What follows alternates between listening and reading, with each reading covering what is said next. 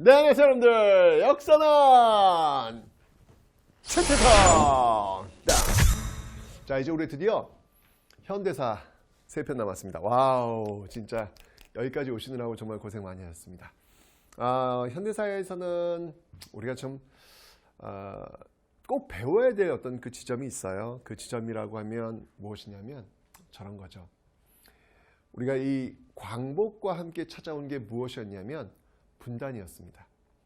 너무 아파요. 진짜 아파요. 왜 이런지 모르겠어.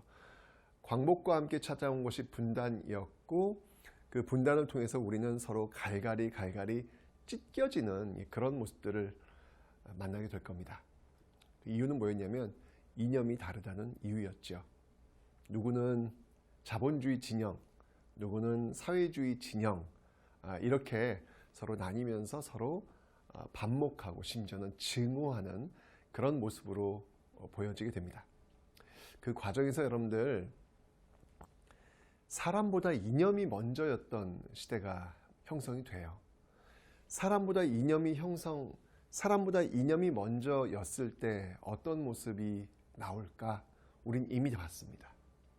제주 4.3 사건에서, 여수 순천 11.9 사건에서, 그리고 6.25 전쟁에서 나랑 생각이 다르면 죽여도 된다라고 하는 이 말도 안 되는 이 논리가 지배되었던 시기가 있었다는 거예요. 나랑 생각이 틀리면 죽여도 된다. 와, 어떻게 이럴 수가 있었을까? 이런 시기가 있었을까라는 그런 생각이 드는데, 어쨌건 우리가 그 과정 속에서 수많은 민간인들이 학살당하고 희생당하는 그런 경험을 우린 분명히 했습니다. 또 그런 경험 하면 안 되잖아요. 역사를 배우는 이유는 뭐냐면 이념보다 사람이 먼저여야 된다는 그 사실, 사람보다 이념이 먼저였을 때 우리가 어떤 아픔을 겪게 되었는가를 아는 것, 그런 것들을 알면서 우리가 반복하지 않아야 되겠구나라는 생각이 듭니다. 여러분들 다시 한번 말씀드립니다. 이념보다 사람이 먼저입니다. 현대사 시작합니다.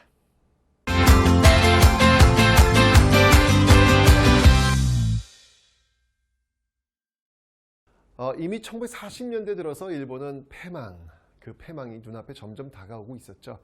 자, 이러면서 세계 열강들이 준비를 합니다. 마치 1차 세계대전이 끝났을 때 파리 강화회의에 모여가지고 전후 질서를 논의하듯이, 이제 이 2차 세계대전이 끝나가니까 이제 지금 전후 질서에 대해서 이야기를 하는 거예요. 자, 그러면서 열렸던 그 대표적인 회의가 뭐였냐면요, 카얄포라는 게 있습니다. 먼저 카이로 회담, 에집트 이 카이로에서 회담이 열렸는데, 놀랍게도 여기에서 우리의 독립이 약속이 됩니다. 우리의 독립이 약속이 됩니다. 누가 그러더라고요. 아니, 어차피 이제 보시면 알겠지만 우리 광복 1945년 8월 15일은 우리 힘으로 찾은 게 아닙니다. 네, 일본이 너무 급하게 패망하는 바람에 우리가 어떻게 손을 써볼 수가 없었어요. 이미 우리는 한국 광복군 만들어서 국내 진공작전 계획까지 다 세우고 있었는데, 그걸 하기도 전에 일본이 망하는 바람에 어떻게 방법이 없었어요. 그래서 외국 열강들이, 미국과 소련이 우리나라의 점령군 형태로 들어와 버리는 그런 모습들이 연출이 될 겁니다. 그럼 이제 이렇게 얘기하더라고요. 선생님, 아니 그러면 굳이 우리가 싸울 필요 없었지 않습니까? 일제강점기 왜 싸웠죠? 안 싸워도 이렇게 어차피 1945년 8월 15일은 왔을 텐데, 어차피 우리는 우리 힘으로 독립을 되찾은 게 아니라 열강들에 의해서 되찾은 거니까 굳이 그렇게 많은 사람들이 죽어가면서 싸울 이유가 없었잖아요. 이렇게 질문을 하기도 합니다. 근데 여러분들 이 생각 해보셨어요? 당시에 그 외국 열강들이 과연 우리나라의 존재를 알기나 했을까? 우린 나라도 없어요, 여러분들. 그 당시에. 그죠? 만약 일제의 패망을 정리하는 과정에서 그냥 일본이 갖고 있었던 그 형태, 즉 일본과 우리나라, 한반도, 이거 그냥 일본이 너희들이 그냥 관리하는 걸로 그냥 땡, 다른 데는 다 떠나 라고 종전을 매듭 지을 수도 있잖아요. 그럼 우리는 영원히 식민지에서 벗어날 수가 없을 수도 있습니다. 실제로 여러분들 당시 영국이나 미국 관심도 없었어요. 우리나라 독립 관심도 없었다고요. 그런데 왜 광복도 되기 전에 이 카이로 이집트 회담에서 미국, 영국, 중국 수뇌부가 모인 이 회의에서 정말 놀랍게도 여러분들 그 당시에 식민지도 많았거든요. 그 어떤 식민지도 아닌 우리나라 이름만, 코리아만 독립이 약속됩니다. 그 중요한 국제회의에서 우리나라만 한국만 아주 특수한 조항으로 들어가 있어요. 여러분들 이게 뭘 의미하는 거냐면 싸웠기 때문에 그런 거예요.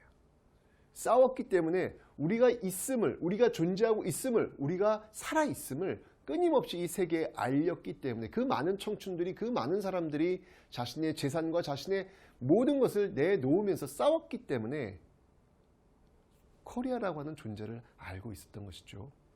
그래서 유일하게 정말 이 카이로 회담에서 유일하게 우리나라만 독립 약속이 명문화됩니다. 이런 결과를 좀 아시고 여러분들이 그런 질문을 좀 하셔야 되지 않을까라는 생각이 드네요. 좋습니다. 이 카이로에서 독립이 약속됐고요. 그 다음에 이제 이게 43년도고 45년도에 이제 얄타 회담이 또 열려요. 이 얄타 회담에서는 이 2차 세계 대전에서 이 소련이 참전하기로 결정이 내려진 어떤 그런 회의들이 이루어지고 있습니다. 그런 배경들이 지금 여기 지금 들어가고 있다는 이야기죠. 바로 이런 어떤 그 영향들 속에서 이제 1945년 광복은 맞이하게 되는 것입니다. 그러면 이렇게 외국인들이 있다면 그 내국인들, 우리 국민들 해외에서 어떤 활동을 하고 있었을까? 이건 이제 배웠어요, 여러분들. 조선 건국, 여러분들 조선 건국 동맹 배웠죠? 조선 건국 동맹이라는 조직이 있더라.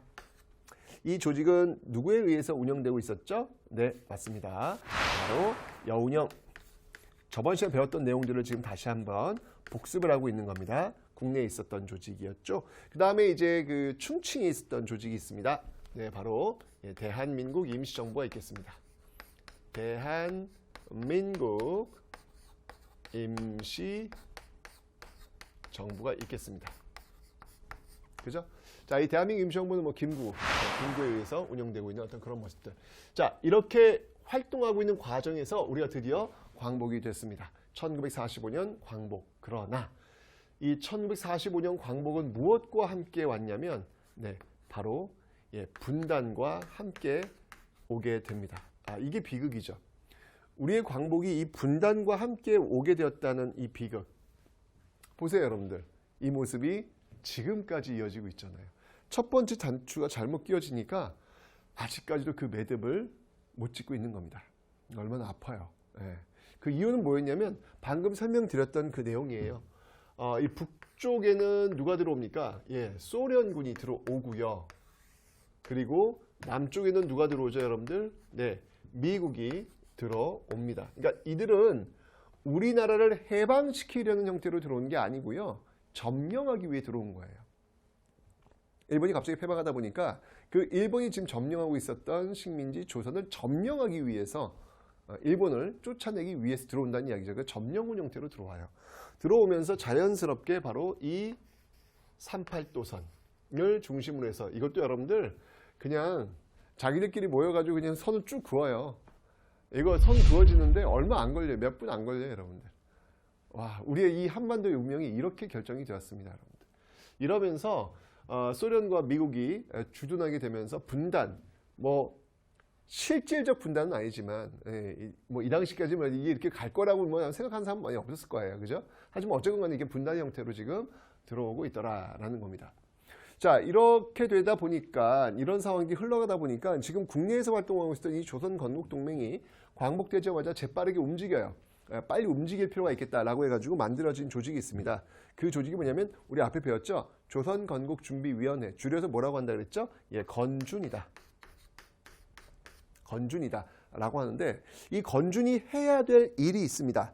이 건준이 지금 광복되자마자 제일 먼저 해야 될 일. 그건 뭘까요? 그건 바로 치안입니다. 치안. 너무 중요하죠. 왜냐하면 이게 지금 갑자기 일본이 지금 패망했기 때문에 권력이 지금 공백 상태가 되는 거예요. 그러면 여러분 권력이 공백 상태가 되면 어떤 일이 벌어지겠어요? 뭐 약탈과 뭐 폭력과 방화와 이런 것들이 벌어질 수 있잖아요. 무정부니까 지금 무정부니까 아직 지금 미군이 지금 들어오기 전이란 말이에요. 지금 아직 그 8월 15일부터 9월 약 한 달쯤 안 되겠지만 그 사이 동안에 지금 무정부 상태니까 이런 과정에서 치안을 유지하는 게 정말 중요했겠죠. 이 건국준비위원회는 여러분들 좌우 합작의 형태를 취하고 있더라라고 하는 것도 하나 기억을 좀 해놓으시면 되겠습니다. 이 건준이 지금 미국이 지금 점령군 형태로 들어온다고 하니까 이게 뭔가 좀 유리한 고지를 형성해야 되겠다. 왜냐하면 미국이 들어와가지고 어떤 요구를 할지 모른다는 생각이 들어서 바로 그냥 나라를 선포해버려요. 행정부를 선포해버려요. 그 행정부의 이름이 뭐였냐면 바로 조선인민공화국. 조선인민공화국을 선포하게 됩니다. 그리고 지방은 여러분들 인민위원회, 지방에는 인민위원회를 구성해서 이 중앙과 지방을 장악해 나가는 어떤 그런 모습들이 있었죠. 그런데 미국이 들어오면서 어떻게 하냐면 일체 미군정 이외의 모든 행정조직은 인정하지 않겠다라고 하면서 조선인민공화국 당연히 부정하고요. 인민위원회 당연히 부정하고요.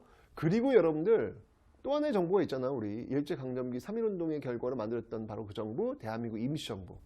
대한민국 임시정부조차도 부정을 합니다. 와우. 이게 지금 일이 지금 꼬이기 시작했어요. 지금 여러분들. 대한민국 임시정부가 어떤 조직인데, 그죠? 일제강점기 동안 그 8년여 그 대장정을 거치면서 충칭까지 와서 정말 그 한국 광복군을 만들고 우리나라에 그 들어오기 위해서 노력했던 그런 정부인데 그 정부마저도 지금 인정되고 있지 않는 거예요. 그래서 여러분들 백범 김구가 우리나라에 못 들어와요. 충칭에서 못 들어와요.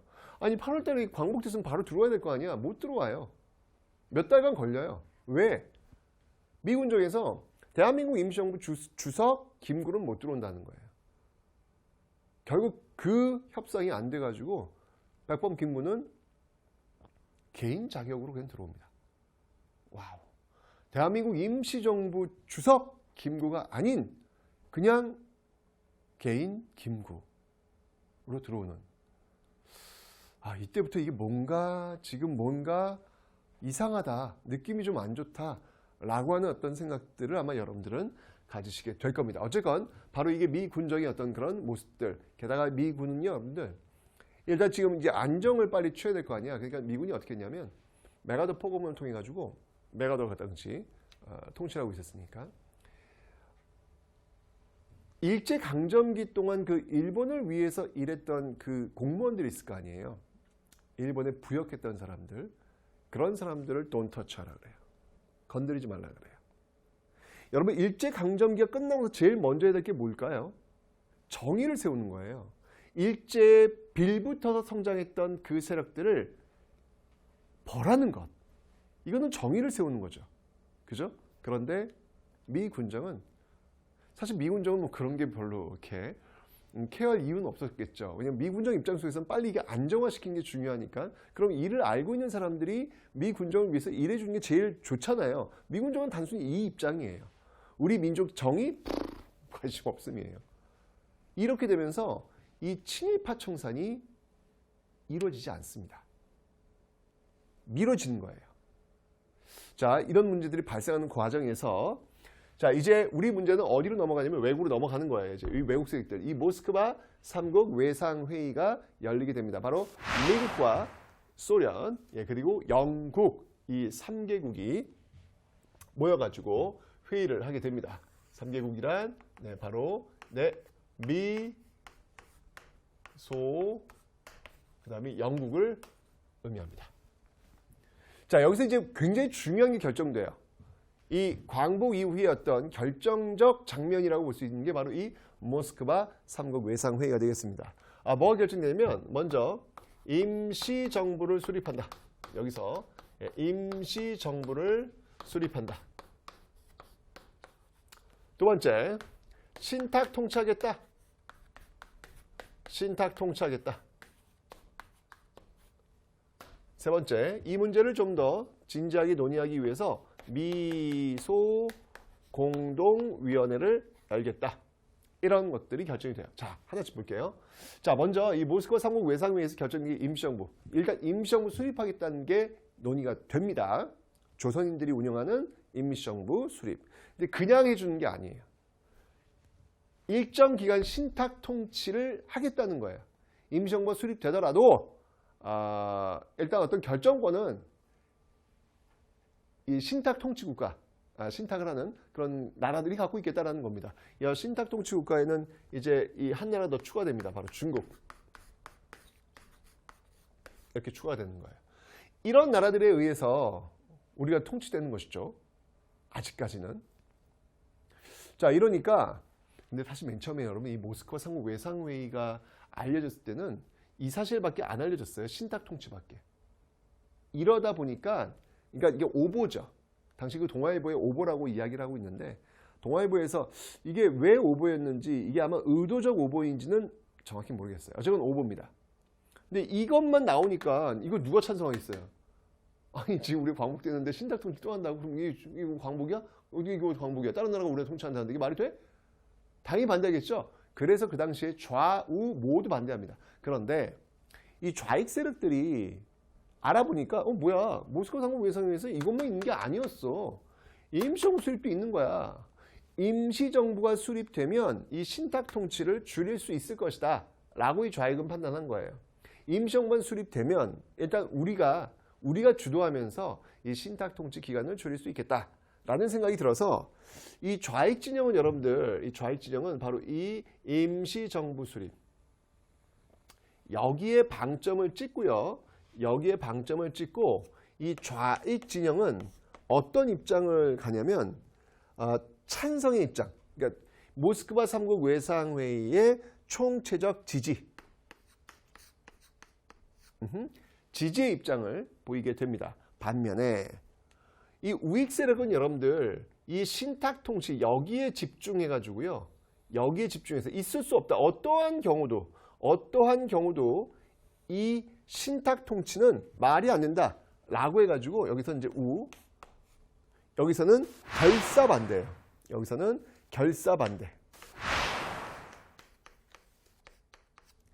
자, 이렇게 좌와 우의 입장이 바뀌면서 어떤 일이 벌어지냐면 이 좌와 우의 엄청난 대립이 벌어지게 되더라 라고 하는 것입니다. 좌우 대립이 굉장히 심화되는 어떤 그런 모습이 보여지게 되는 거예요. 이 좌에 해당하는 그 대표적인 인물을 한번 좀 들어봐라 라고 한다면 당시에 그 조선공산당 출신이죠. 바로 박헌영 이런 인물이 있고요. 그 다음에 이 반대쪽에 앞장섰던 인물을 한번 좀 들어봐라 라고 한다면 네, 바로 우익 진영에서 이승만과 그 다음에 김구를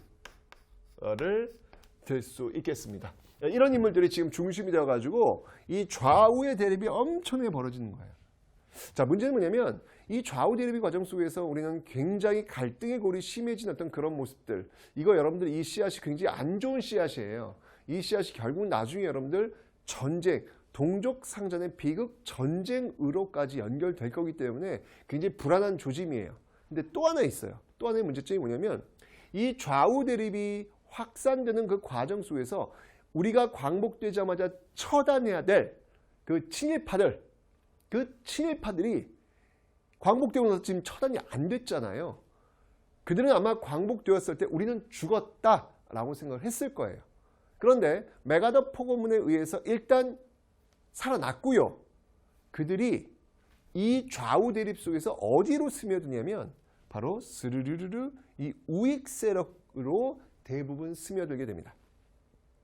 이 우익 세력으로 대부분 스며들면서 그들이 처단돼야 될 그들이 바로 이 좌익 세력들을 때려잡는 반공투사로 서서히 변신을 시도합니다. 여기서 정말 비극이 시작되는 거예요. 일제강점기 일제빌부터 살아먹었던 그들이 이 광복 공간에서, 해방 공간에서 서서히 반공투사로 자리 잡으면서 친일파의 껍데기를 가리기 시작했다는 사실. 이게 더 아픈 것 같아요, 저는. 이게 더 아픈 것 같아요. 어쨌건 이 좌우 대립은 바로 그러한 어떤 문제점들을 지금 노출시키고 있더라. 그러나 어쨌건 이 모스크바 3국 외상회의, 이들이 지금 우리를 광복시켰기 때문에 이들의 타임테이블대로 움직일 수밖에 없겠죠. 그래서 이 모스크바 3국 외상회의에서 지금 여러분들 이 미소공동위원회를 열기로 했잖아요. 네, 그래서 열립니다. 이게 바로 46년도에 1차 미소공동위원회라는 거예요. 그런데 여기에서 이 미국과 이 소련이 또 대립을 하네. 어허이. 자, 왜 대립을 했을까? 왜 대립을 했을까 봤더니 과연 이 1차 미소공동위원회에 참가하는 단체의 자격을 어떻게 둬야 하느냐, 이것 때문에 지금 부딪힙니다. 미국의 입장은 뭐냐면, 아니 자유민주주의 국가에서 참여하겠다는데 그럼 참여하라고 해야지, 누구나 다 들어오라 그래요. 반면에 소련의 입장은 뭐냐면, 아니 이 미소공동위원회가 왜 열리는 건데, 모스크바 3국 외상회의의 결정에 의해서 열리는 회의잖아. 그런데 모스크바 3국 외상회의를 부정하는 세력이 여기에 들어온 게 말이 돼? 논리적 모순이지, 들어오면 안 돼 라고 이야기를 하는 거예요. 이러면 부딪히는 거예요. 누구나 들어와라. 모스크바 3국 외상회의 지지하는 세력만 들어와라. 아니 모스크바 3국 외상회의 지지하는 세력은 누구야? 지금 좌익이잖아. 그러니까 소련은 좌익이 들어오기를 원하는 것이고, 미국은 지금 우익단체를 굉장히 많단 말이에요. 인원수도 많고. 그러면 이들이 여기 들어오면 미국의 입장은 더욱더 수월해진다는 이야기죠. 즉 미국은 우익으로 채워졌으면 좋겠고, 소련은 좌익으로만 채워졌으면 좋겠고, 이 서로의 어떤 이익이 충돌하게 되는 거예요. 결국 합의를 보지 못해요. 그래서 휴회됩니다. 휴회됩니다. 자, 그런데 이때 여러분들 정치인 이승만, 이 정치인 이승만은 여러분들 뭐 그의 정치 생명은 정말 대단하죠. 이 이승만이 등장했던 시기는 바로 대한제국 시기입니다. 대한제국 시기 그 독립협회에서 엄청난 연설을 통해서 일약 스타가 되었던 그런 인물이거든요. 아이고, 그의 역사가 바로 근현대사입니다. 자, 그런데 이 정치인 이승만의 그 정치 감각은요, 굉장히 뛰어나요. 정치 감각이 뛰어나다는 그 말에 긍정과 부정의 의미를 달지는 않겠습니다. 그건 뭐 긍정일 수도 있고 부정일 수도 있겠고, 중요한 건 뭐냐면 이 이승만 정치인은요, 앞으로 어떤 일이 벌어질 것인지에 대한 그림을 잘 그려요. 그리고 실제로 그가 그린 그림대로 돼요. 이 이승만이 딱 보니까 뭐야? 미국과 소련이 지금 대립을 해? 야, 이러면 이거는 이 땅 한반도에는 하나의 정부 나오는 거 어렵겠어. 지금 미국은 남쪽에, 북한은 지금 소련은 북쪽에 있기 때문에 이대로 그냥 고착화될 가능성도 있겠네 라고 하면서 이승만이 정읍에 가서 뭐라고 발언하냐면, 일단 그러면 남한만이라도 정부를 빨리 수립해서 바로 저 소련을, 북쪽에 있는 소련을 격퇴시키자라는 주장을 바로 이 이승만이 합니다. 자, 이 말은 그럼 무슨 말이냐면 여러분들 이렇게 연결될 수 있죠. 아니 지금 남한만 정부 수립을 먼저 해? 그러면 북한도 정부가 수립될 수 있다는 얘기야? 그러면 우리 분단이야? 비록 지금 광복되면서 남과 북의 미군정과 소련이 지금 들어와 있지만, 그래도 많은 사람들이 우리나라가 분단으로 갈 거라고는 생각하진 않았어요. 그런데 이 이승만의 정읍 발언을 통해서 야, 이거 자칫하면 우리 분단되겠는데? 라는 그 위기의식이 더욱더 고조가 되는 거예요. 더욱더 고조가 되니까, 야, 이건 아니지. 이건 막아야지. 우리가 이렇게 좌와 우로 나눠서 싸우면 안 되겠다. 야, 이러다가 진짜 분단되겠다. 라는 위기의식 속에서 전개된 운동이 있으니, 그 운동이 바로 이 좌우 합작 운동이다. 라는 겁니다. 중요해요, 여러분들. 자, 이 좌우 합작 운동을 이끌었던 인물은 누구였냐면요. 네, 앞에서 제가 이야기했죠. 바로 여운형. 네, 여운형. 그리고 규식.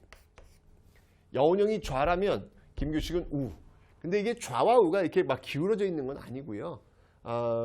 중도 좌 그리고 중도 우라고 볼 수 있겠습니다. 여기 박헌영은 완전 좌측이고요. 이승만 김구는 완전 우측이고요. 그러니까 그 중도에 있는 사람들끼리 중심이 되어가지고 이 좌우합종 운동을 하자. 이거 해야 되겠다. 근데 초기엔 여러분들 초기에는 이 미군 정도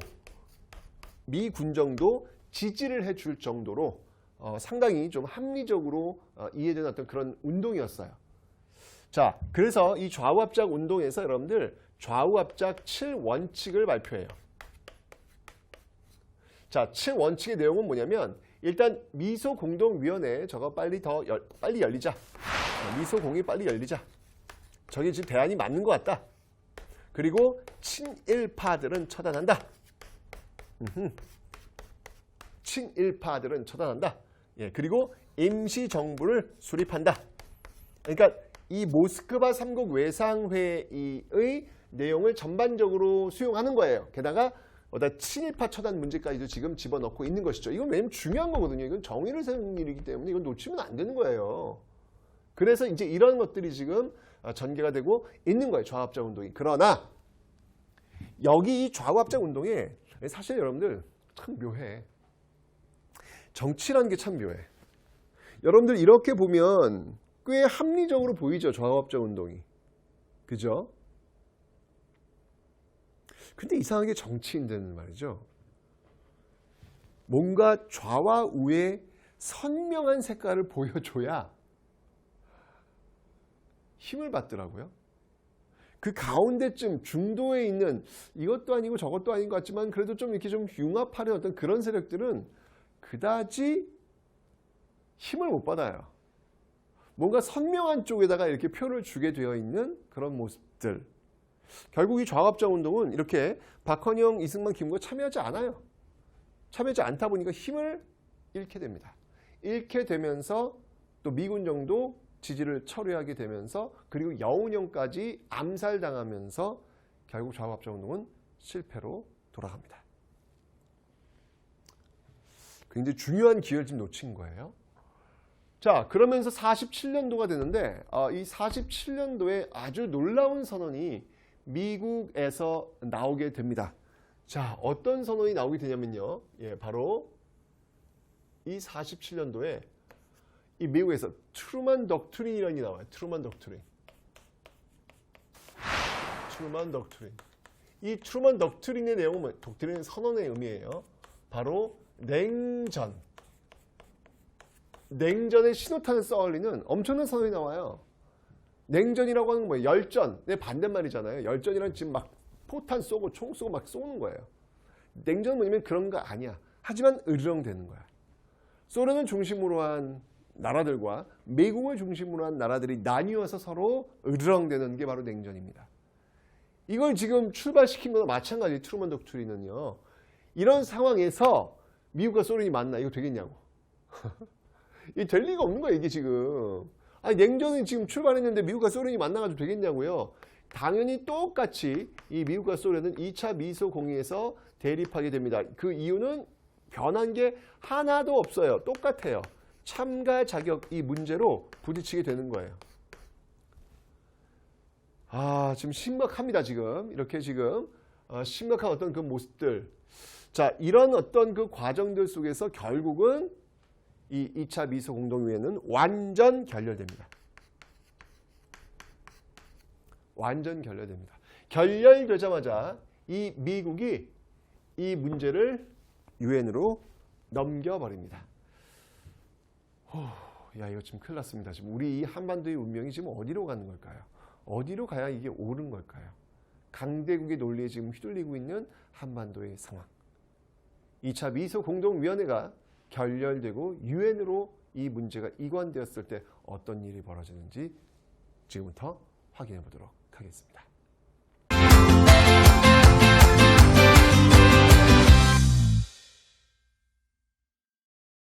자, 이 문제가 유엔으로 넘어갔는데 유엔에서 뭐라고 결정을 하냐면 그래? 그러면 이 문제를 이렇게 하지. 인구 비례. 이 인구 비례에 의해서 총선거를 하랍니다. 총선거. 인구 비례에 의한 총선거를 이 유엔 총회에서 하라고 권고를 하게 돼요.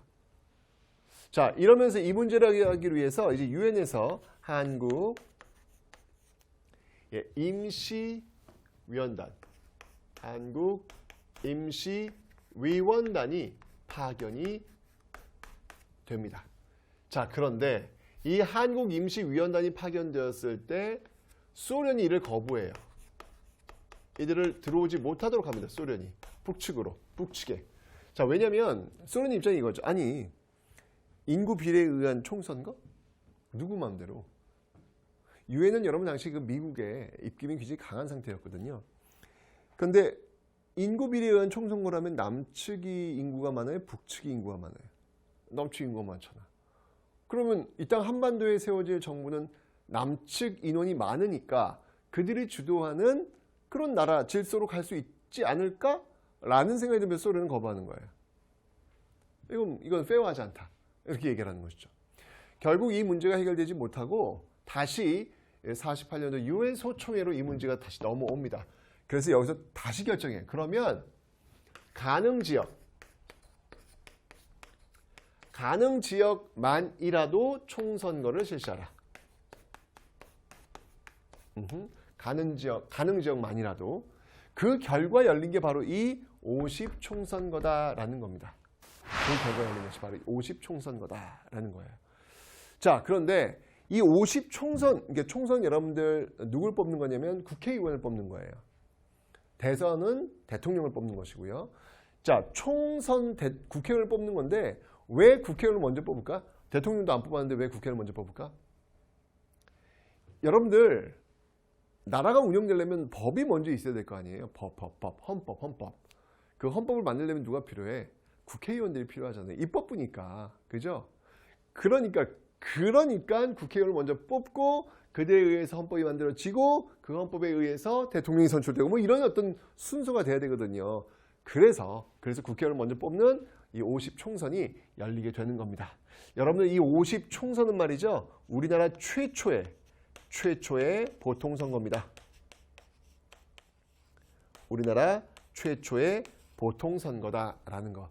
이게 여러분들 뭐 너무 당연한 걸로 받아들이시면 안 돼요. 보통선거를 하면 남녀노소 일정한 연령이 되면 누구나 투표할 수 있도록 해주는 거예요.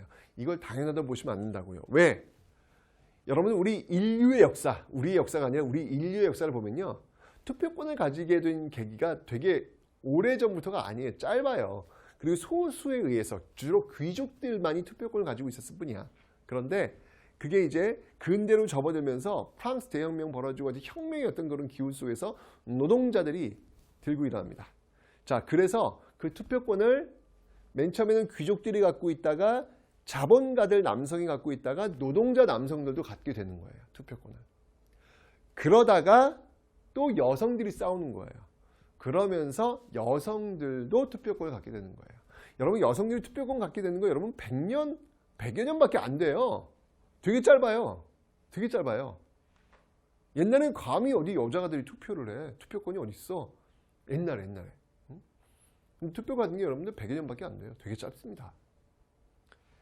그런데 우리는 이 1948년도 이 50총선을 바로 그냥 어떤 혁명이나 투쟁이나 이런 것도 없이 그냥 바로 그냥 보통 투표를 해버린 거예요. 남녀노소 구분하지 않고 연령대만 되면 누구나 표 한 장씩 나오는 거. 와, 엄청난 민주주의가 훅 들어와 버린 거예요. 훅. 자, 그런데 문제는 뭐냐면 이 50총선을 열리게 되면 남한만의 정부가 수립되는 것이고 그것은 곧 남북의 분단으로 이어질 수밖에 없겠다. 그렇잖아요. 자, 이렇게 되면서 이 50총선을 격렬하게 반대하는 그런 세력들이 등장합니다. 이건 어떤 좌익들만 그런 게 아니에요. 우익들도 이 50총선을 반대합니다. 우리가 이러려고 몇십 년 동안 독립운동했냐 이런 것이죠. 그중에 대표적인 그 정치인이 바로 이 김구입니다. 김구. 네. 자, 첫 번째 이 김구의 읍고가 있어요. 읍고. 아주 유명한 명문이죠. 3천만 동포에게 읍고함. 나는 38선을 베고 쓰러질 지언정 이 남한만의 단독 정부 수립에는 참여하지 않겠다라고 선언한 거예요. 우리가 알고 있는 정말 존경에 맞지 않는 그런 어떤 정치인 김구의 모습이 우뚝 솟아오르게 되는 어떤 그 시점이 바로 이 김구의 3천만 동포에게 읍고함과 그의 실천이 아니었을까라는 생각이 들어요. 김구의 읍고뿐만 아니라 여러분들 이때 너무 또 가슴 아픈 사건이 벌어지죠. 바로 이 제주 4.3 사건. 제주 4.3 사건도 있습니다.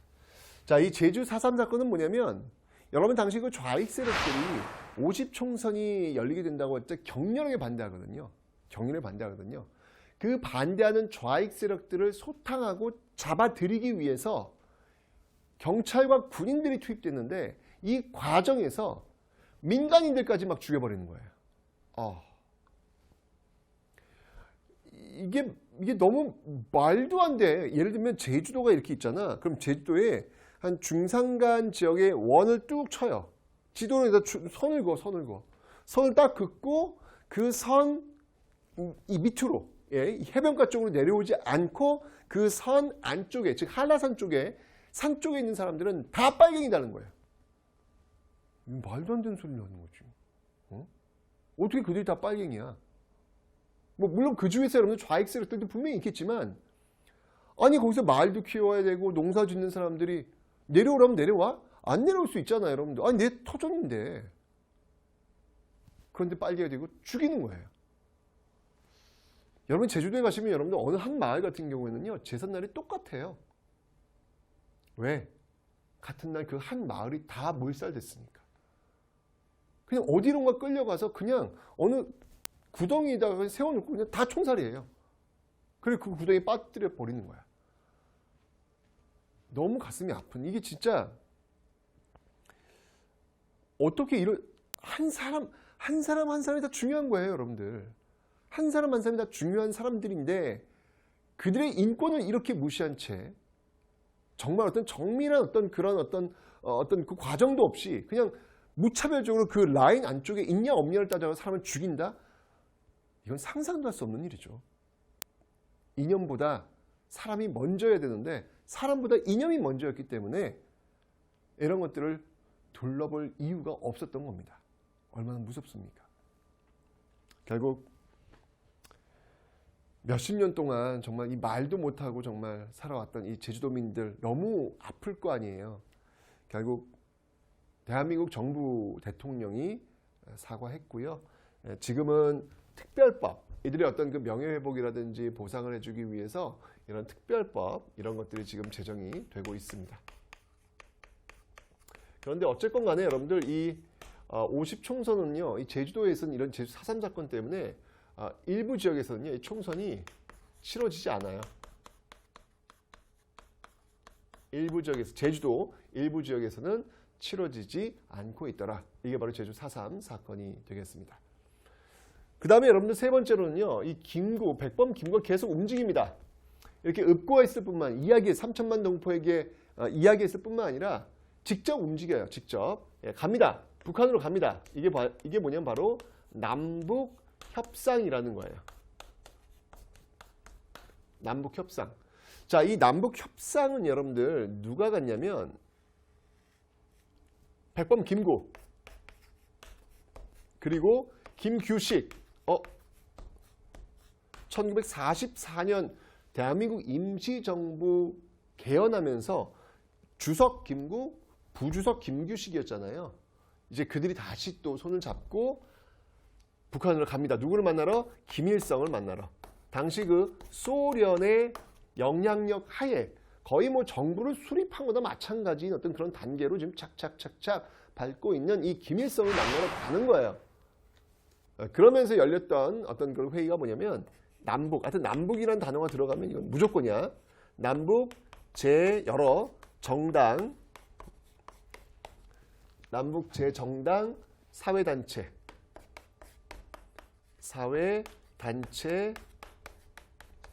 대표, 이들이 이렇게 모여서 회의를 하는 그런 모습들, 이런 모습들이 지금 나타나는 거예요. 어떻게든 정부 수립만 막자. 이제 이렇게 나오고 있는 것이죠. 하지만 여러분들 어쨌거나 이 모습은 지금 세계적 질서 속에서 이게 우리 운명을 지금 좌지우지할 수 있는 힘이 없어요, 지금요. 그죠? 결국 이 밖에는 계속 둘러갈 수밖에 없는 것이죠. 결국 50 총선이 열렸고 여기서 이제 헌법이 만들어집니다. 이 헌법이 바로 제헌헌법이라는 것이죠. 1948년도에 만들어졌던 이 제헌헌법. 이 제헌헌법의 내용, 여러분 헌법의 내용을 볼 때 항상 대통령제를 어떻게 뽑는지가 중요하거든요. 이걸 보시면 되는데 이 제헌헌법에서는 대통령을 어떻게 뽑냐면 간선제에 의해서, 간접선거에 의해서 뽑겠대요. 자, 간선. 그러면 간접선거면 국민이 직접 안 뽑는다는 얘기잖아요. 그럼 누가 뽑는 거야? 바로 국회가. 국회에 의해서 바로 이 대통령을 뽑는 이 모습으로 헌법이 만들어집니다. 바로 여기에 의해서 초대 대통령 이승만이 바로 이 국회에서 선출이 되었던 것이고, 그리고 이제 대한민국 정부가 드디어 수립이 되었던 것이죠. 자, 이 대한민국 정부가 해야 될 일이 있어요. 이제가 미뤄뒀던 무엇 해야 돼요, 여러분들? 친일파, 반민족 행위자들 처벌해야죠. 제가 이야기했잖아요. 그건 정의를 세우는 일이라고요. 왜? 그 일을 안 하면 나중에 또 이런 일이 발생했을 때 또 외세에 빌붙어가지고 호의호식하면서 우리 독립운동가를 잡아들이고 그들을 고문하는 그런 모습 또 한다고요. 왜? 벌 받았다는 그 역사가 없기 때문에. 벌을 줘야죠. 책임져야 됩니다, 여러분들. 이건요. 그래야 이건 여러분들 과거를 바라보는 게 아니에요. 더 건강한 미래로 나아가기 위해서 정리하고 역사화하는 작업이거든요. 너무 중요한 일이에요. 당연히 해야 되는 거예요. 자, 그래서 이 반민족 행위자를 처벌하기 위한 특별위원회가 만들어집니다. 국회에 만들어집니다. 그게 뭐냐면 바로 반민특위라는 거예요. 반민특위. 줄여서 반민특별위원회라는 얘기죠. 반민족 행위자 처벌 특별위원회인데, 이 반민족 행위자들을 처벌을 해야 되는데 이게 처벌을 못 해요. 이게 결국 이제 실패로 돌아갑니다, 여러분들. 이 반민특위는 결국 실패로 돌아갑니다. 왜 실패로 돌아갔냐면 일단 이승만 정부가 협조를 안 해요. 이승만 정부가 협조를 안 합니다. 자, 왜 협조를 안 한지 그들의 입장은 뭐였냐면 지금 남북이 지금 대치되어 가지고 지금 막 대립하고 있는 상황인데 지금 우리 내부에서 지금 누구를 벌하고 누구를 이럴 때가 아니라는 거예요. 나중에 하자는 거예요. 또 나중이야. 미군정 들어와서 또 나중에 했잖아, 지금. 그래서 정부 수립됐잖아. 그럼 해야지. 근데 또 나중이야. 왜? 북한하고 지금 우리가 싸워야 되는 입장이니까. 이렇게 얘기하는 겁니다. 그러면서 어떤 일이 벌어졌냐면 국회 프락치 사건이라는 게 벌어져요. 국회 프락치 사건. 프락치는 뭐냐면 간첩이에요, 간첩. 이 간첩들이 지금 국회에 들어와 있다. 근데 그 간첩들을 보니까 바로 반민특위 위원들이야. 이건 공작이지, 공작. 냄새가 지금 보여지고 있죠. 이걸 반민특위가 움직이지 못하도록 하기 위해서 이제 이런 모습을 보이고 있는 거지. 결국 공소시효를 축소해가지고요. 공소시효를 축소해가지고 이 반민족 행위자들을 처벌하지 못하도록 해놨습니다. 여러분들 며칠 전에 보니까 이 독일의 메르켈 총리가 이 옛날 그 독일이 아우슈비츠 수용소에서 유태인들을 엄청나게 죽였잖아요. 거기에 갔더라고요. 거기에 가서 사과하고 사죄했습니다. 메르켈 총리는 독일 메르켈 총리는 그 이전부터 계속해서 역사 과거에 대해서 계속해서 사과해요. 근데 이번 아우슈비츠 수용소 처음 가가지고 그 앞에서 사과하고 사죄했는데 뭐라고 얘기했냐면 이 사과하고 사죄하는 것이 바로 이 독일의 정체성이라고 이야기합니다. 와, 감동이에요, 여러분들. 역사가 무엇인지 정확히 아는 거예요. 누가 사과하라고 한 것도 아니야. 근데 끊임없이 계속 얘기하고 있어. 죄송합니다, 사과합니다, 우리가 잘못했습니다. 끊임없이 얘기하고 있어요. 왜 미래를 바라보지 왜 자꾸 과거를 얘기할까, 메르켈은? 지금 독일 차도 만들고 지금 할 게 많은데 왜 자꾸 아우슈비츠, 왜 유태인, 왜 그 아주 먼 옛날 얘기를 왜 자꾸 하냐고요. 그건 뭐냐면 건강한 미래로 가기 위해서예요. 결코 여러분들 이 친일의 어떤 역사를 청산하는 것이 아주 과거에 매달려가지고 우리가 질질질 끌려 그런 게 아니라고요. 더 나은 미래로 가기 위한 그런 작업들이 바로 이 친일파 청산이다. 여러분 그래서 독일 같은 경우에는요. 나치와 관련된 인물이 있으면 공소시효가 이게 적용이 안 돼요. 공소시효는 뭐냐면 어느 죄를 지었으면 일정 기간이 지나면 그 더 이상 죄를 묻지 않는 기간을 얘기하는 거거든요. 근데 독일은 여러분들 나치 활동한 사람들에 대해서는 공소시효가 없어요. 그래서 지금 여러분들 가끔 보면 나이가 90이 막 넘은 할아버지가 갑자기 끌려가. 왜? 몇십 년 전에 나치 활동했대. 세상에나. 아쉬워요. 정말 아쉽습니다. 어쨌건 반민특위를 결국은 해체를 시켰고요. 그 다음에 이제 또 해야 될 일이 뭐가 있었냐면 바로 이 농지개혁입니다. 농지개혁. 토지를 나눠줘야 되는 것이죠. 이건 제가 경제 파트 가면 한번 할 건데 이거 농지개혁은 성공을 합니다. 이 대한민국 정부가 해야 될 일, 반민특위와 농지개혁 이런 것들은 지금 다 국회에서 이제 입법을 해가지고 이 정부의 주도에 의해서 지금 움직이고 있는 어떤 그런 내용들이다라는 것이죠. 자, 어쨌건 이 대한민국 정부가 수립되었고요. 이 대한민국 정부가 수립되자마자 바로 이 북한에서도 조선민주주의 인민공화국이 수립됩니다.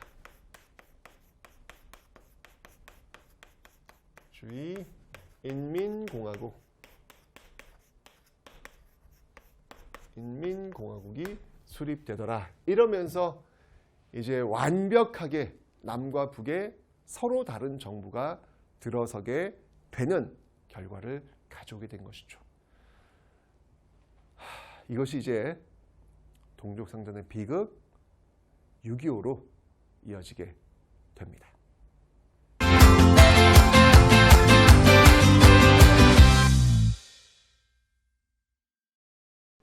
바로 이 북한의 남침으로 시작되었던 전쟁, 동족상전의 비극은 이렇게 시작이 됩니다.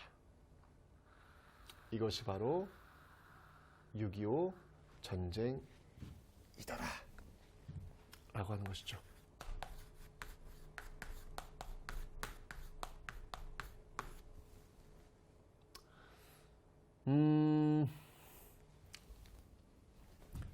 이 6.25 전쟁은 여러분들 북한에서는 뭐라고 하냐면 조국 해방 전쟁이라는 표현을 쓰고 있어요. 뭐냐면 여전히 이 남한 정부는 미국의 식민지다. 그래서 우리는 이 나라를 해방시키기 위해서 우리는 싸운 것이다. 라고 해서 전쟁을 일으켰다라고 이야기합니다. 어떤 목적을 달성하기 위해서 전쟁을 이용한다. 글쎄요. 그게 합리화될 수 있을까요, 여러분들? 이 전쟁을 통해서 얼마나 많은 사람들이 죽었는지 몰라요. 얼마나 많은 이산 가족들이 생겼는지 모릅니다. 그 목적이 무엇인지는 모르겠지만 그 과정에서 너무나도 많은 사람들이 다치고 죽고 그리고 그 이후에 서로 더 많은 반목과 질시와 심지어 증오가 쌓이고 지금까지 연결되는 이 모습. 어떠한 경우에도 전쟁은 합리화될 수 없다라는 어떤 그런 생각이 다시 한번 들게 됩니다. 자, 이 과정을 보면 여러분들 북한 같은 경우에는 지금 이 소련과 중국이 엄청난 지원을 해주고 있었습니다. 반면에 이 남한 같은 경우에는 당시 그 미국에서 애치슨 선언이라는 게 있었어요. 애치슨 선언. 이 애치슨 선언의 내용이 뭐냐면 애치슨 라인이라고 볼 수도 있는데 이 선언이 뭐냐면 그러니까 미국이 지켜야 될 그 극동 방위선을 자르는데 뭐야? 미국이 지켜야 되는 그 방위선에 우리나라 들어가질 않아요. 우리나라 빼고 일본 쪽으로 이렇게 가버렸어. 일본은 지키는데 우리는 빠져 있는 거야. 이렇게 38도선을 기준으로 해서 남쪽이 이렇게 들어와야 되는데 빠져버린 거예요. 이러니까 이제 이 김일성 같은 경우가 오판이 가능한 것이죠. 뭐야, 미국 버린 거 아니야? 미국 버렸네. 대한민국 버렸네. 그래? 그럼 이 기회에 해방을 시키러 할까? 뭐 이런 어떤 생각들을 할 수 있었다는 이야기죠. 결국 이제 이런 어떤 그 배경들 속에서 뭐 지원도 지금 빵빵하게 되어 있는 상황이니까 이 북한은 남침을 강행했던 것입니다. 자, 이게 이 과정을 보면 여러분들 뭐 전격적이에요. 이 뭐 소련 제 탱크 앞세워가지고 막 밀고 내려오니까 당해낼 수가 없는 거예요. 그래서 어디까지 밀고 내려가냐면 이 낙동강 방어선, 낙동강까지 밀고 내려가는 그런 모습도 이제 곧 조만간 적화 통일되겠구나. 뭐 이런 어떤 그 생각이 들 정도로 이렇게 되면서 수도는 여러분 어디로? 예, 수도는 부산, 임시 수도는 부산으로 이동을 하게 되었던 것입니다. 자, 그리고 나서 정말 이거 큰일 났다라고 했는데 이걸 반전시킨 사건이 하나 있었죠. 그 반전이 뭐냐면 바로 인천 상륙작전.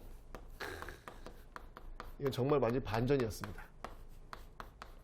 인천 상륙작전. 인천 상륙작전 할 때도 사실은 인천 쪽 그 반대편 저쪽 그 경북 영덕 쪽에서 학도병 학생들이 이 장사리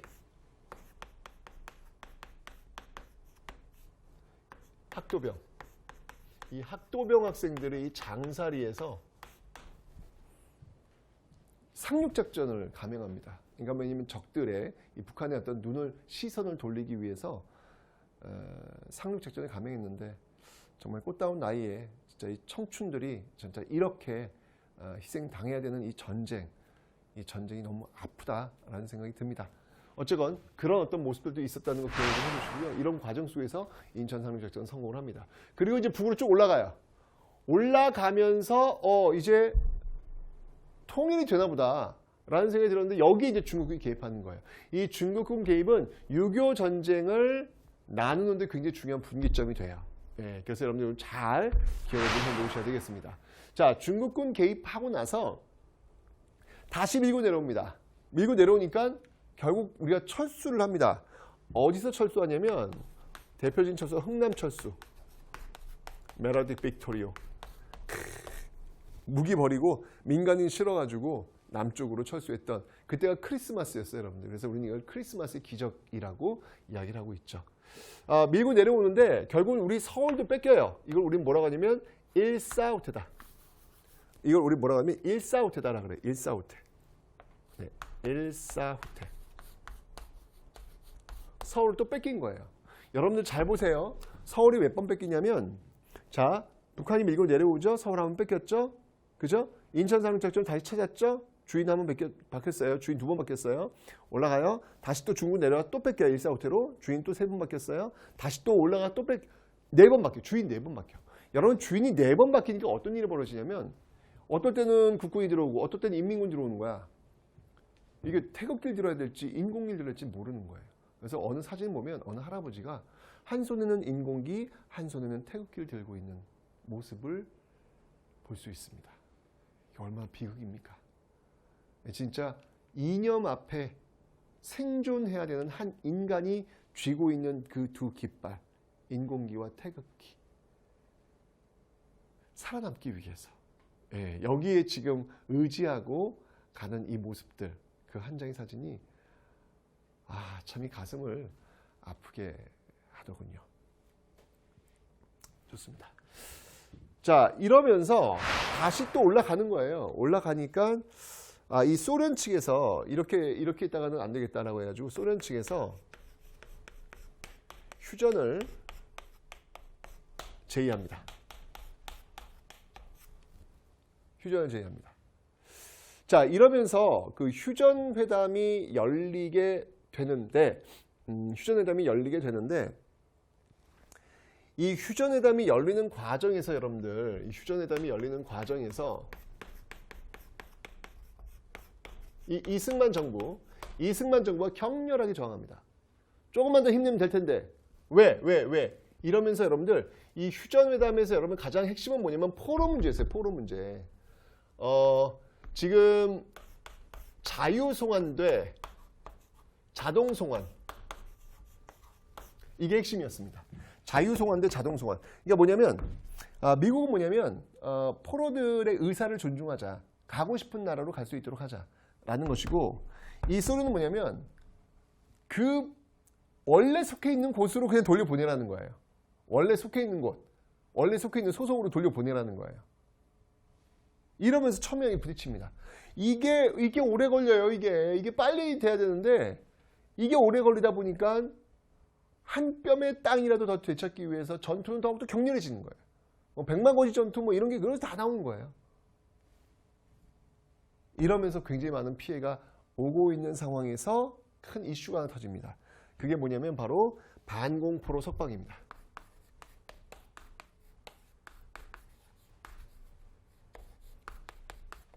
이 이승만 정부에서 임의로 지금 이 포로 때문에 지금 난리가 나고 있는데 이들과 협의도 없이 그냥 풀어줘 버린 거예요. 포로들을 풀어줘 버린 거야. 난리가 났어요. 난리가. 결국 미국 측에서는 이승만 정부와 타협을 하죠. 도대체 뭘 원하니? 두 개의 조건. 전쟁 끝나더라도 미군 남는다. 그리고 경제적으로 지원한다. 두 가지 조건 받아라. 라고 해서 결국 그 받는 조건으로 결국 휴전이 성사가 되었던 것이죠. 휴전. 1953년. 이러면서 비무장지대 바로 DMZ가 형성이 되었던 겁니다. DMZ, 원래 이 Militarized Zone이에요. 군사 지역인데 D는 뭐냐면 D가 붙으면 부정어거든요. 즉 무장하지 않은 그 지역, 그 군사 분계선을 기점으로 해서 위아래 몇 킬로씩 여기는 무장하지 않는다. 뭐 이런 것들을 지금 제정을 하고 있습니다. 그리고 나서 휴전하고 나서 한미 상호방위조약 약속대로 한미 상호방위조약을 체결하고 있더라.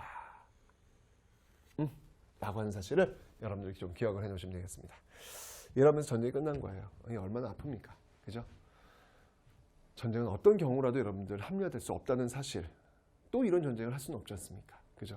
역사를 통해서 우리가 좀 정확히 배워야 되지 않을까라는 생각이 들면서 광복 이후에 정말 사람보다 이념이 먼저 앞서기 때문에 우리가 경험해야 됐던 이 아픈 비극들을 다시는 반복하지 말아야 되겠다. 그래서 역사를 공부해야 되겠다라는 것을 생각하면서 현대사 첫 번째 시간을 마치도록 하겠습니다.